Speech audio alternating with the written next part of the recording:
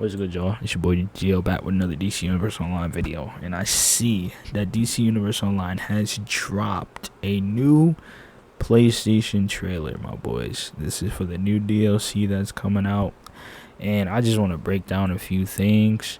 So the trailer or the new episode comes out January 28th, 2025, so that's next Tuesday. So we're going to take it all the way back, and just a couple key details I noticed throughout the trailer that are very interesting. So we got my man Scott right here, which is the art director, and then we got my man's Al Rivera right here, which is the creative director of the game. So this DC Universe Online Light and Day of Reckoning, or Light and Rain Day of Reckoning, is a new DLC that is stirring off the path of the already basically inspired by comics. So we know all our DLCs were basically taken from a comic, and we as players just fought alongside the comic characters. Now DC Universe is creating a concept to where they make their own original character. So this is their original character. Original character is a character that isn't a part of the storyline at all. It's a dev created character, and so they're trying to write a story narrative and bring players more into the story narrative to give them a better concept of how they're moving forward with DLCs, which is very, very interesting. I will let this video roll a little bit so they can explain it a tad bit better. If you haven't seen the original video, go see the original video. Link is in the description. Let's get moving. Really excited to have the players see our unique characters that we've created for this story. They're very different than what we've done before, and they're our own, design in-house, and they've got backstory, they've got baggage, they've got all this stuff that they're carrying with them. And so, like I say, this whole point of this is to bring the player base into the DLC more. I can tell the creators and the creative director and the art creator and whoever makes the stories, they are trying to stop players from just playing the DLC, maxing out, and forgetting about the DLC. I think that's the narrative they're trying to go with, and a way that they're trying to do that is by bringing us closer to the story by creating original characters. Now, not to toot my own horn, but as a short film screenwriter, I like the idea, but this character is apparently the original character. So this character has to have something that brings the player base and attracts the player base to this character and the DLC at one time. So just how he said, the character has a lot of baggage, backstory, it basically has a lot. This DLC revolves around this character, which is cool, but if this character can't connect to the player fan base, then the mission fails. But I think I like the idea. Now, as far as a gameplay standard, I don't think this really helps with the gameplay. I mean, it might, but I don't really think it does. Gameplay wise, it doesn't really change anything, but story wise, it might be more engaging. And it will be better if this character in the story has something to give us. What does this character offer our player? Does this character offer styles? Like, can I get this beanie and this hairpiece off this character? Can I get this jacket? Can I get these clothes off this character? Does this character offer our styles? Or is this character strictly just an NPC that does 2 attacks and we're going to forget about at the end of the day? What does this character offer us in the story that allows us to be drawn towards this character and be even more drawn towards the DLC? So let me keep listening. we've really worked hard to design these characters to kind of let them feel unique, to feel like their own person. It's a whole new ballgame here on DCO, and I'm really excited to just see how the players react to all these new changes to the art. Yeah, I'm really trying to see how we react too, Scott. So I'm very reliant on you right here. So they show clips of the new area for the DLC. This DLC has a unique new area. This area isn't in game already, which is that's good. Cause I hate reuse content. So About how DCUO plays. And take a moment to look around and listen to the story and experience the narrative and experience the environment. There's a lot in there that you might overlook if you just blaze through it.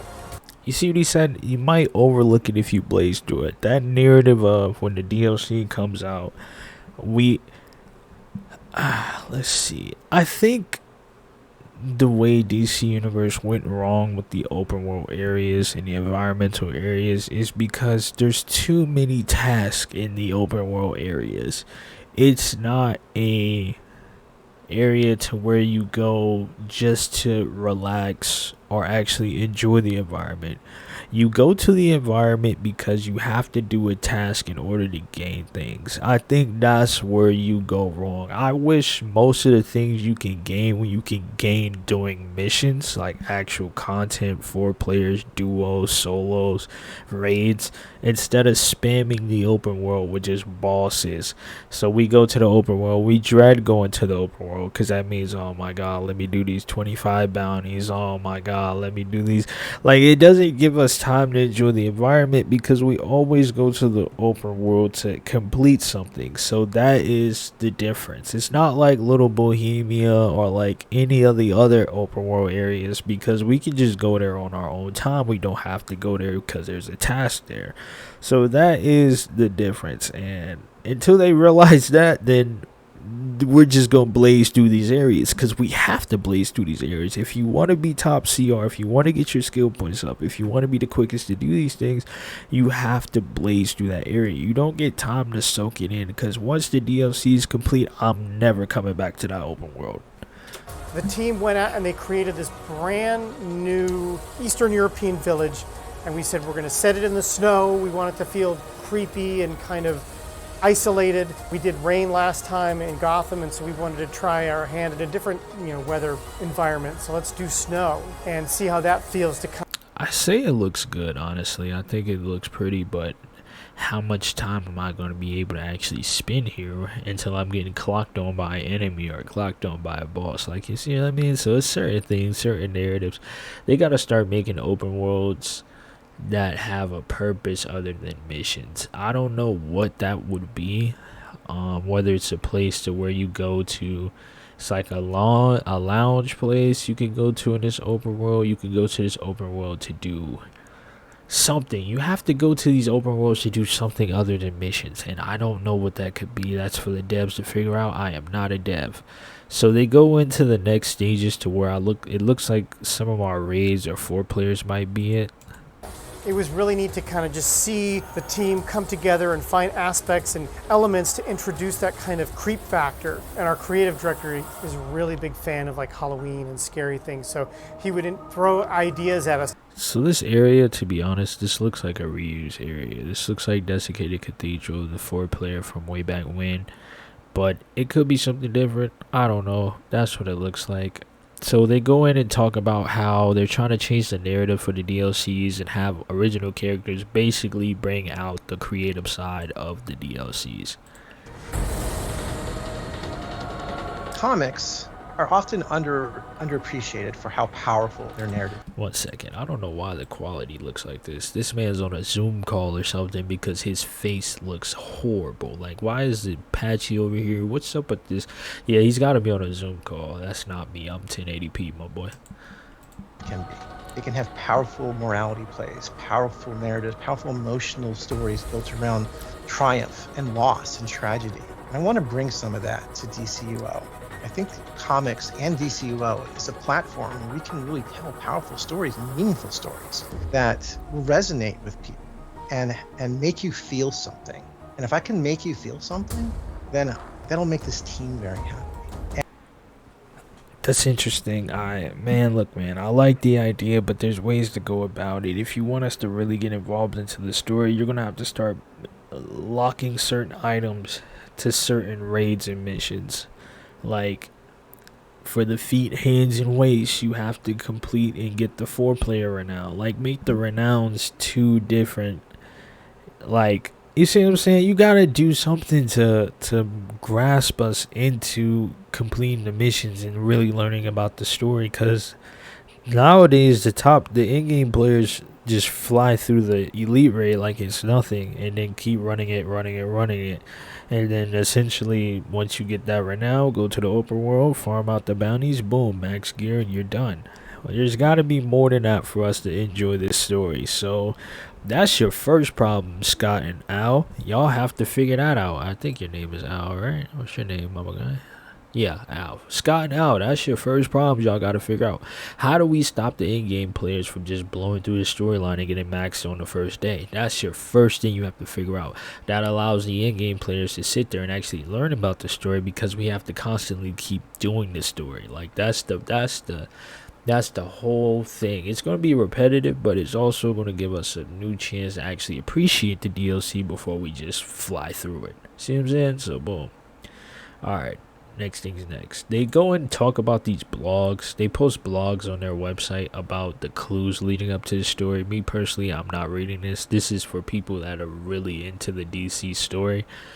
I'm not really into the DC Universe Online story like that. I'm sorry. It's just certain things that get me into it, but most things don't get me into it unless it has a reward behind it. But you never know, right? So I want to talk about the ending, because they really just talk about the visions they have for the DLCs. Like, they show more area and they show cool things. Like, these minions look cool. Fucking candle room. This looks alright. So the ending here is weird.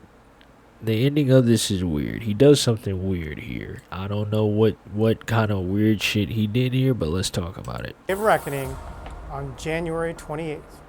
And always remember, look to the stars, for hope burns bright. Bro, if that's not a 2015 ass teaser trailer, I don't know what that is. But let's go ahead and talk about it anyway, because that's the most exciting part of the video, if you ask me, my brother.